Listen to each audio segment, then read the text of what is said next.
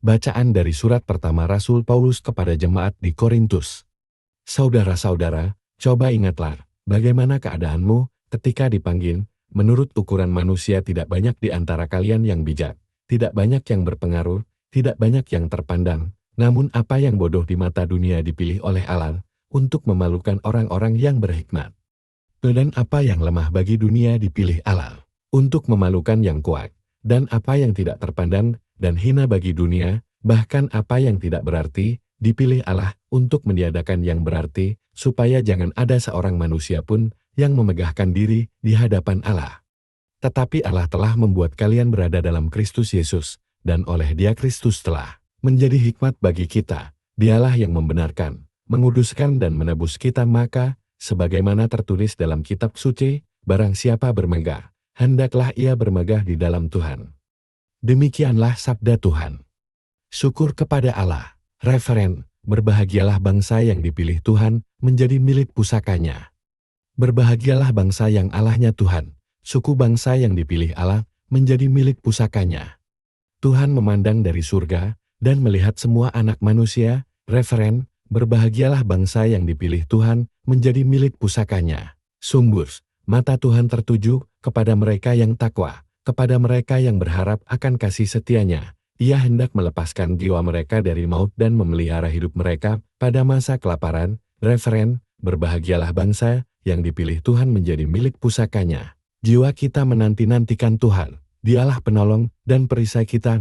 Ya, karena Dia hati kita bersukacita, sebab kepada namanya yang kudus kita percaya. Referen, berbahagialah bangsa yang dipilih Tuhan menjadi milik pusakanya. Bait pengantar Injil.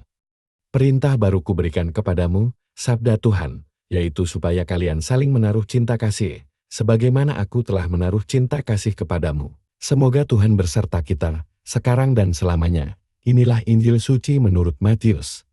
Pada suatu hari Yesus mengemukakan perumpamaan berikut kepada murid-muridnya. Hal kerajaan surga itu seperti seorang yang mau bepergian ke luar negeri, yang memanggil hamba-hambanya dan mempercayakan hartanya kepada mereka. Yang seorang diberikannya 5 talenta, yang seorang lagi 2, dan yang seorang lain lagi 1, masing-masing menurut kesanggupannya. Lalu ia berangkat. Segera pergilah hamba yang menerima 5 talenta itu. Ia menjalankan uang itu dan memperoleh laba 5 talenta. Hamba yang menerima 2 talenta pun berbuat demikian dan mendapat laba 2 talenta. Tetapi hamba yang menerima 1 talenta itu pergi dan menggali lubang di tanah, lalu menyembunyikan uang tuannya. Lama kemudian pulanglah tuan hamba-hamba itu, lalu mengadakan perhitungan dengan mereka. Hamba yang menerima 5 talenta datang dan membawa laba 5 talenta. Ia berkata, "Tuan, 5 talenta Tuan percayakan kepadaku. Lihat, aku telah beroleh laba 5 talenta. Maka kata tuannya kepadanya, baik sekali perbuatanmu itu, hamba yang baik dan setia. Engkau telah setia dalam perkara kecil. Aku akan memberikan kepadamu tanggung jawab dalam perkara yang besar. Masuklah dan turutlah dalam kebahagiaan tuanmu." Lalu datanglah hamba yang menerima 2 talenta. Katanya, "Tuan, 2 talenta Tuan percayakan kepadaku. Lihat, aku telah mendapat laba 2 talenta. Maka kata tuan itu kepadanya, baik sekali perbuatanmu hamba yang baik dan setia. Karena engkau telah setia memikul tanggung jawab dalam perkara kecil, maka aku akan memberikan kepadamu tanggung jawab dalam perkara yang besar. Masuklah dan turutlah dalam kebahagiaan tuanmu." Kini datang juga hamba yang menerima 1 talenta dan berkata, "Tuan, aku tahu bahwa Tuan adalah manusia kejam, yang menuai di tempat Tuan, tidak menabur, dan memungut di tempat Tuan, tidak menanam. Karena itu aku takut dan pergi menyembunyikan talenta Tuan di dalam tanah ini. Terimalah milik Tuan." Maka tuannya menjawab, "Hai engkau, hamba yang jahat dan malas.